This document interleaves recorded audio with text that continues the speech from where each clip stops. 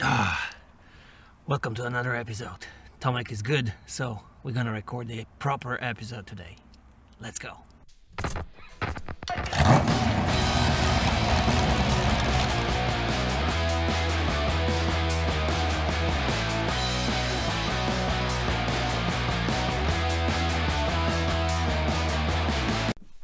All right, here we are. Let's go. Hello everyone, Matt Binkowski here. It's good to be back. Tomek is feeling great. In episode 3, we were talking about concept stage and we were talking about player fantasy. Today, we're gonna talk about player experience. But before we start, let me quickly say what we're not going to talk about. The first thing is art direction and second part is story.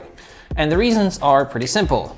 A, I'm not an art director or a narrative director. I mean, I do write these episodes, but I mean, you get it, right? And B, both of those things go beyond scope of this series. The reason I'm mentioning those things is because story and art direction are a vital part of your product's vision, so you gotta make sure you get a grasp on them while you're still in concept phase, before you go into pre-production. Okay, so let's talk player experience. Depending on complexity of your game, things could get really overwhelming really quickly, so we're gonna start with some very simple example and then work our way from there. Okay, first thing that we need to establish might sound obvious, but I have to say it anyway. Games are interactive experiences, and that means that when you play them, you do certain things, you think certain thoughts, and you feel certain emotions. And the last part is really important because games are entertainment. Like, you don't need them. People play games to feel something. And so games like books or music are about emotions. Gandalf, my old friend, this will be a night to remember. So when thinking about player experience for your game, think about putting your game on a timeline and then ask yourself what kind of behaviors, thoughts, and feelings you want the player to experience while playing the game. Now, this could feel like a daunting task, so let's look at some examples to help us understand the problem at hand. We're gonna start with a relatively simple game like Street Fighter. And that's because in case of Street Fighter, the smallest part is the experience of a single round. Let's take a look. This is the path of my destiny. Your words are not needed. Round 1. Fight!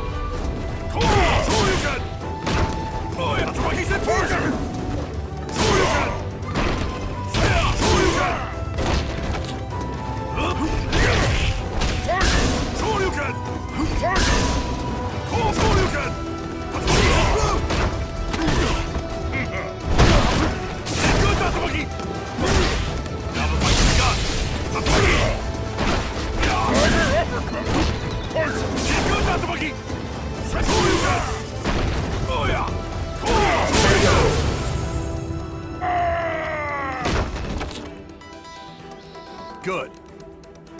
If we look closely enough, you'll see that we have to get a little bit more granular than the whole round. The whole thing starts with character presentation. This is the path of my destiny. Your words are not needed. Then we have this tiny bit of anticipation. Then we've got the combat phase. And finally, the round finish.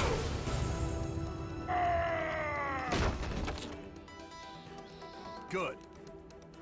Each stage of that experience is designed to make you behave, think, and feel in a certain way. This is your game's dynamic. Now, let's look at a very similar game on the surface, but actually you will see that it delivers a slightly different experience. Let's look at Mortal Kombat 11.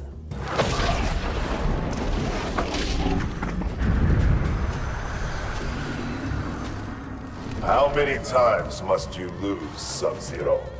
More often, I win. Not against me. Round 1, fight.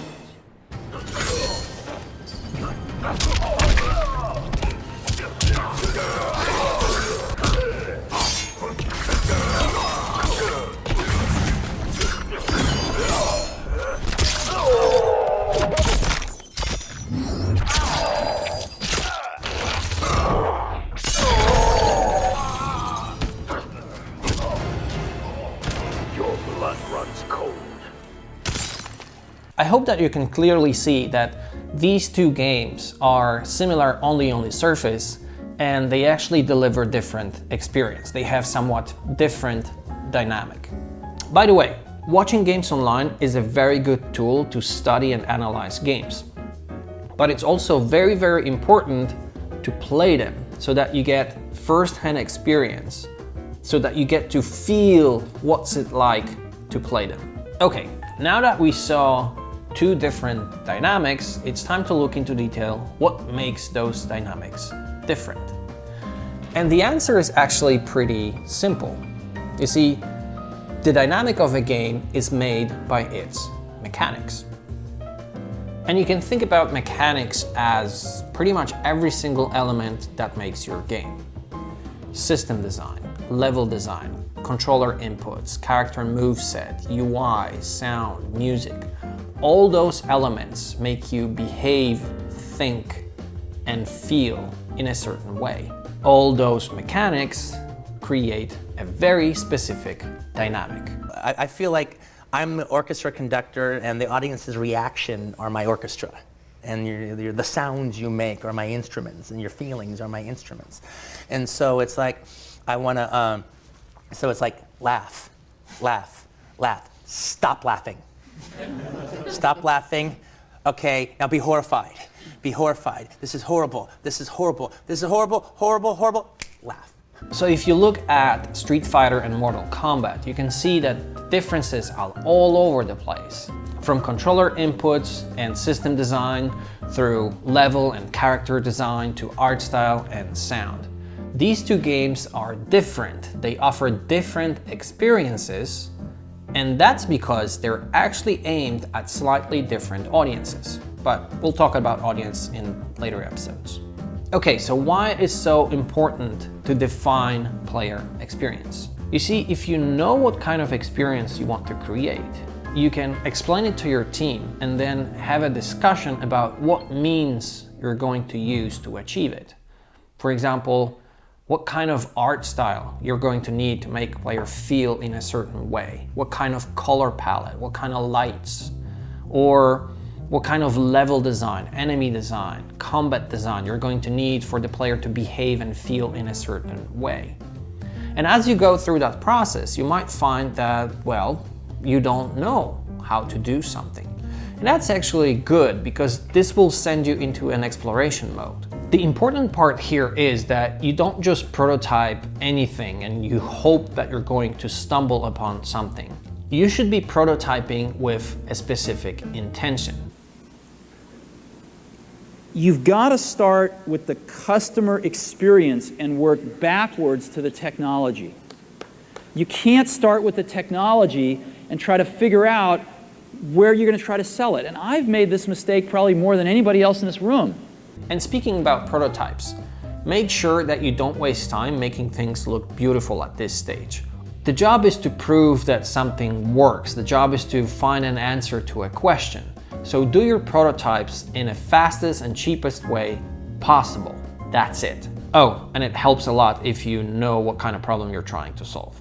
Okay, so you plan your player experience, but obviously things are not going to work out exactly as you planned them. But the important part is that you know what you're looking for. So when you're playtesting your game, you can take a look at the dynamic that you wanted and compare it to the dynamic that you have. And then you can have a discussion. So we wanted players to feel and behave like this, but they actually behave and feel like this. So let's look at our mechanics and figure out what's making them go through that experience instead of this one. What's going on? What's making them feel this way? What, if, and how can we change to achieve what we wanted in the first place? Oh, and by the way, you should also keep in mind the player fantasy. You know, the thing that we discussed in the previous episode. You have to make sure that player experience is in line with the player fantasy. This is how you make sure that you create a coherent experience as a whole. Alright, so we've covered an experience of a single round of a fighting game. Easy peasy, right? But now we should look at the player experience a little bit more broadly. Let's think about the experience of the whole match. And for the purpose of this exercise, we're going to assume that a match consists of maximum 3 rounds. And now things start to get really interesting, because now we have to think about the experience of the player who's winning as well as the player who's losing. And you know, both players are going to have different thoughts and feelings as they play. For example, the player who lost the first round might be looking for some comeback opportunities, or get really frustrated if there isn't any. On the other hand, the winning player might be looking for a way to snowball and finish the game early. Additionally, when we look at the experience of the whole match, we have to plan the experience during character and arena selection screen,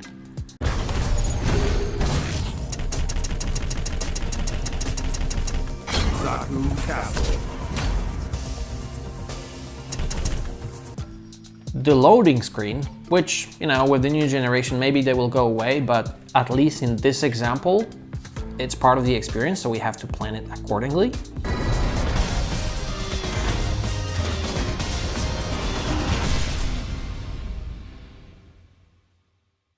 And then at the very end of the match we have the summary stage,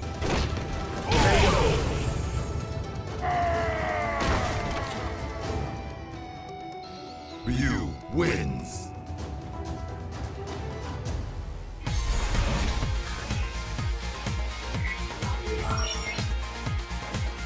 or in case of Mortal Kombat, the famous fatality moment. Finish him.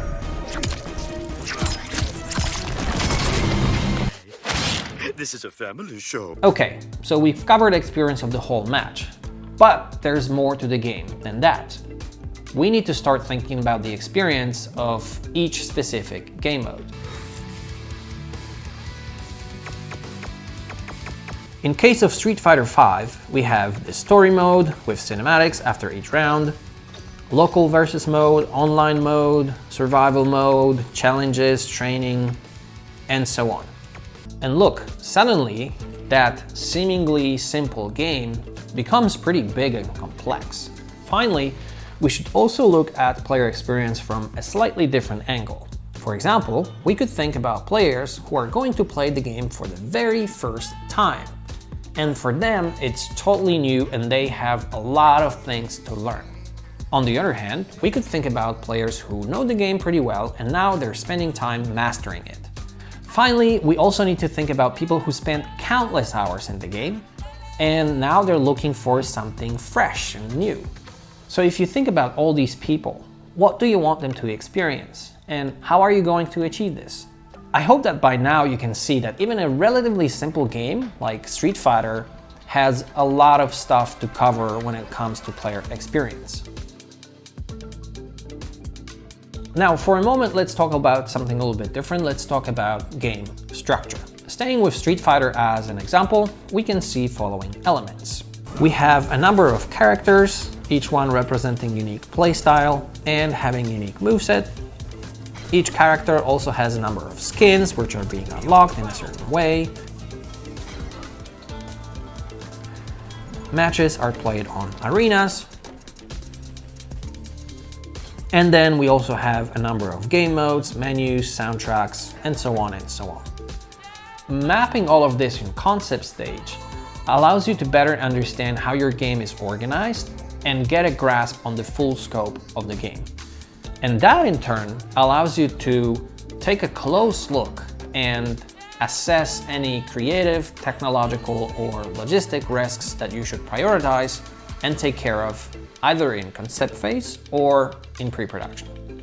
Okay, I want to show you one more example, something completely different. Let's talk about Portal. If you haven't played the game, stop and play it right now.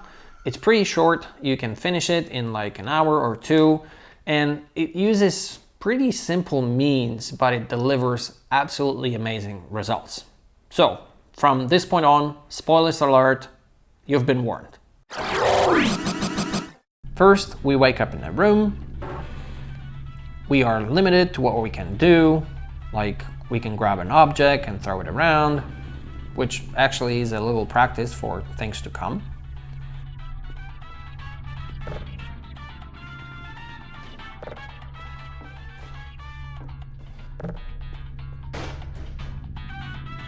Hello, and again, welcome to the Aperture Science Computer Aided Enrichment Center. We hope your brief detention in the relaxation vault has been a pleasant... Interestingly, there's a timer on the wall that makes you a little bit anxious.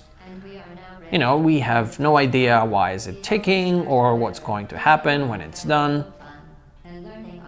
Again, a very simple mean, pretty cool results. Serious injuries may occur. For your own safety and the safety of others, please refrain from... Stand back. The portal will open in 3, 2, 1.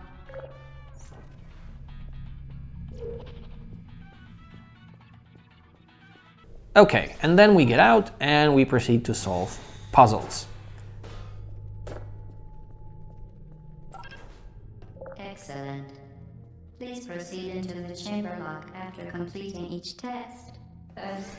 The game offers 19 levels, becoming gradually more difficult. This part of the game, let's call it the lab part, is pretty spacious and bright. If you look at the colors, we've got some whites, we've got some nice and clean steel. Gradually, the game introduces elements that are not so nice and clean and bright, but actually start to look dangerous and dirty. Another interesting detail is that observation window.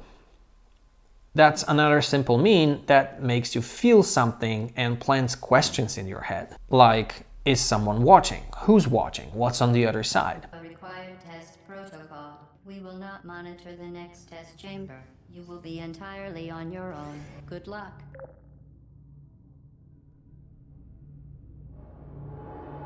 Eventually, at the end of level 19, we go to that furnace and you get to escape. And this is where the next stage starts, the kind of behind the scenes stage. Lessons. Thank you for participating in this Aperture Science Computer Aided Enrichment activity. Goodbye.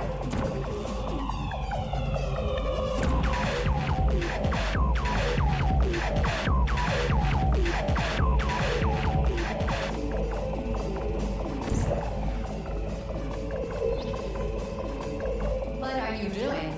Stop it. We are pleased that you made it through the final challenge where we pretended we were going to murder. Now here, the space changes. It's no longer so spacious, it's much more vertical and slightly claustrophobic. The colors change from bright whites and clean steel to rust and oranges. You also get to peek into those observation rooms.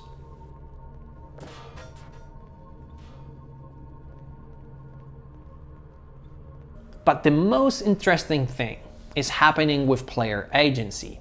You see, that lab part felt kind of guided. It was all about solving particular puzzle. But in that second stage, it's almost like there is no puzzle. The world becomes the puzzle itself.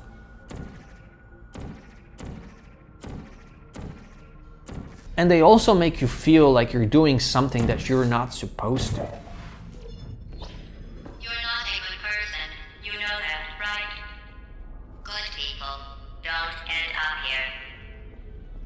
Finally, we've got a boss fight stage. Was it worth it? Because despite your violent behavior, the only thing you've managed to break so far is my heart. And then there's the final stage where you go outside, you survive, and then there's something pulling you away. Where was I? Who or what is taking me away? Absolutely simple means delivering brilliant results. Portal is a fantastic game to study. The reason I'm showing you all this is to make you think about how can you plan your player experience and how very specific mechanics create very specific dynamics. If you want to learn more about games, whenever you play them, look closely at specific elements, at the mechanics, and then figure out how they're making you feel and why. Now, if you imagine what's it like to plan player experience for big games like Mass Effect, Breath of the Wild, Red Dead Redemption, suddenly you have so many aspects to define and ideas to develop to make sure that you're delivering one amazingly coherent experience. If there's one thing I want you to remember from this episode, it's this. You can't stumble into making a truly great game. You really need to know what you want. You need to be able to define it in detail and then explain it to your team and collaborate with them to create it. And if you can have all this, player experience, player fantasy, core gameplay prototypes, your art direction, your story, all figured out in concept stage, you're going to have so much easier life in pre-production and then later in production.